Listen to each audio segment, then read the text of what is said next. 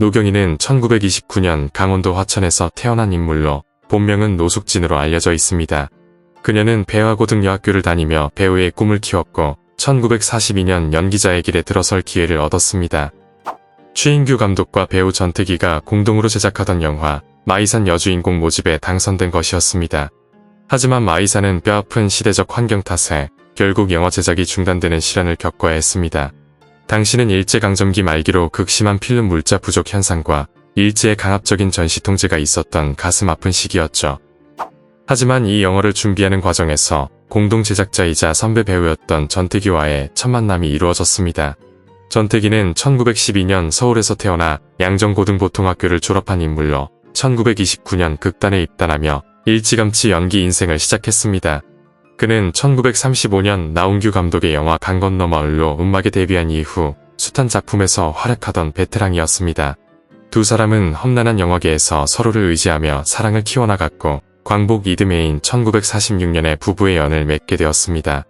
한편 노경희는 결혼 이후에도 배우라는 꿈을 포기하지 않았고 남편의 든든한 지지 속에 약초가극단에 입단했습니다. 약초가극단은 당시 대중예술의 산실로 그녀는 무대 위에서 노래하고 연기하며 탄탄한 기본기를 다졌습니다. 그리고 1950년 마침내 놀부와 흥부에 출연하면서 영화배우로 데뷔했습니다. 이후 노경희는 영화계에서 가장 뚜렷한 개성을 지닌 여배우이자 성격파 배우로 독보적인 위상을 떨쳤습니다. 노경희는 당시 흔치 않았던 서구적인 체형과 뚜렷한 이목구비, 특유의 관능적인 분위기를 뽐냈습니다.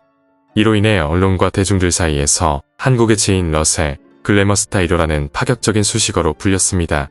이런 압도적인 존재감을 바탕으로 조미령, 최은희 등 당대 최고의 여배우들과 두터운 친분을 유지하며 한국 영화의 르네상스를 함께 이끌었습니다. 그리고 1955년은 배우 노경희의 생애에서 가장 찬란하게 빛났던 해입니다. 먼저 한국 전쟁의 비극을 다룬 명작 피아골에서 빨치산 간부애란 역을 완벽하게 소화해냈습니다. 이에 대중과 평단의 엄청난 찬사를 받았으며 이 영화는 반공 휴머니즘의 걸작으로 평가받았습니다. 하지만 휴전 2년 후 빨치산들이 등장하는 영화라는 이유로 많은 논란을 불러일으켰습니다. 심지어 빨치산을 지나치게 인간적으로 그렸다는 이유로 당국의 매서운 검열에 걸렸습니다. 결국 빨치산이 등장하는 6군데의 장면을 잘라내는 아픔을 겪은 뒤에야 간신히 세상의 빛을 볼 수 있었다는 씁쓸한 비화가 전해집니다.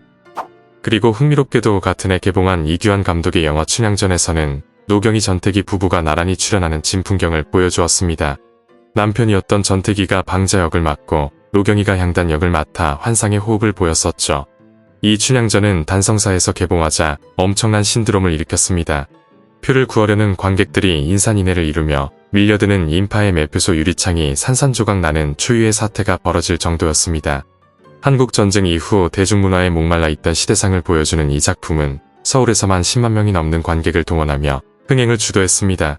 그러나 부부가 함께 영화계에 몸담다 보니 파격적인 스캔들과 웃지 못할 총극도 벌어졌습니다. 가장 대표적인 사건은 영화 인생역마차 촬영 당시 벌어진 키스신 스캔들입니다. 인생역마차는 한 여자를 중심으로 암흑가 보스와 신문기자 사이에서 벌어지는 사랑의 대결을 다룬 영화로서 이향과 노경희가 주연을 맡았습니다. 이후 이 영화는 신문 광고에 키스신을 클로즈업시켜 노경희가 완전히 이향의 입술을 포갠 키스신이 나왔습니다. 이에 많은 사람들은 키스신을 보기 위해 집을 나섰고 서울국도극장은 10일 동안 연속 매진으로 관객이 붐볐습니다. 그런데 이향은 영화 성공의 기쁨을 맛보기도 전에 한동안 도망자 신세가 됐습니다. 노경희의 남편인 배우 전태기가 자신의 양해 없이 키스신을 연기했다며 주머니 칼을 소지하고 그를 찾아 충무로를 헤맸기 때문입니다. 결국 김성민 감독과 전설의 주먹 시라소니가 협상 테이블을 중지한 뒤에야 사태가 마무리되었습니다. 이후 이양은 앞으로 미혼 여배우와만 키스신을 찍겠다라고 공언했다는 뒷말을 남기기도 했습니다. 그리고 1955년 개봉한 영화 망나니 비사에서 전태기와 노경희 부부가 주연으로 출연했습니다. 노경희는 이 영화에서 소름 돋는 열연으로 한국 최초의 영화상인 금룡상 여우주연상을 수상했습니다. 이 금룡상은 1955년 서울신문사가 주도하여 제정한 대한민국 최초의 본격적인 전국 규모 영화상이었습니다. 비록 열악한 시대적 사정과 재정 문제 등으로 인해 단 3회까지만 개최되고 안타깝게 폐지되었지만 노경희는 그 역사적인 첫 시상식의 초대 여우주연상 수상자라는 매우 희귀하고 영예로운 타이틀을 영원히 가지게 되었습니다. 참고로 금룡상은 뒷날 영화계의 큰 상 대종상으로 발전했죠. 그리고 노경희는 1956년작 한영모의 자유부인에서는 비운의 여인으로 출연해 강렬한 인상을 남겼습니다. 영화 원작은 서울신문에 연재한 정비석의 동명소설로 소설은 사회의 충격과 논쟁을 불러 베스트셀러가 된 작품입니다. 영화 자유부인은 서울에서 10만 명을 기록하며 흥행을 이끌며 큰 인기를 끌었습니다. 당시 이 영화가 주목받는 이유는 당시 금기시되던 유부녀의 일탈, 특히 도덕성을 유지해야 할 대학 교수와 그 부인의 탈선을 그렸기 때문입니다. 이에 개봉 당시 지식인들 사이에서 도덕성 논쟁이 크게 벌어질 만큼 사회적으로 막대한 반향을 일으켰습니다. 이 영화가 재미있는 점은 1980년대부터 90년대까지 스크린을 점령한 부인 시리즈의 원조격이라는 것입니다. 에마 부인, 젖소 부인 등 수많은 부인 시리즈들이 등장하더니 나중에는 김밥 부인과 만두 부인 등 셀 수조차 없는 시리즈들이 등장했었죠.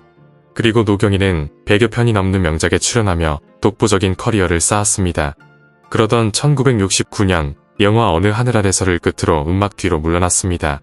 한국 영화계에서 글래머 여배우의 계보는 노경희를 시작으로 도금봉 씨와 김혜정 씨, 정윤희 씨로 이어졌죠. 1968년 서울 중구 충무로에는 주상복합 건물이 들어섰습니다. 일제강점기 때 이 땅은 소개공지대로, 즉 공습에 의한 화재로 불이 번지는 것을 막기 위해 비워둔 지대였습니다. 그러다 광복 후에는 무허가 판자촌이 들어서며 수많은 사람들이 살기 시작했습니다. 그리고 1966년 부임한 김현옥 당시 서울시장은 서울 한복판에 이런 곳이 있는 게 말이 안 된다며 판자촌을 철거했습니다. 이후 이곳에는 8개의 건물로 구성된 주상복합타운 세운상가를 조성했는데 287채의 진양상가 아파트는 이 세운상가군의 남쪽 종점입니다. 이는 국내 최초로 주상복합 구조의 엘리베이터와 양변기, 중앙난방 시스템이 설치된 고급 아파트였습니다. 그리고 노경희, 전태기 부부가 바로 이곳의 초기 입주자였습니다.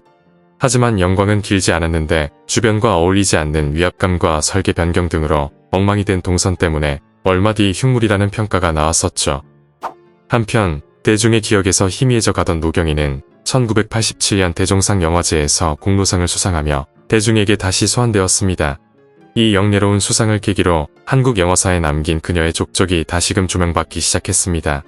이는 곧바로 1989년 영화 빨간 여배우의 캐스팅으로 이어졌습니다.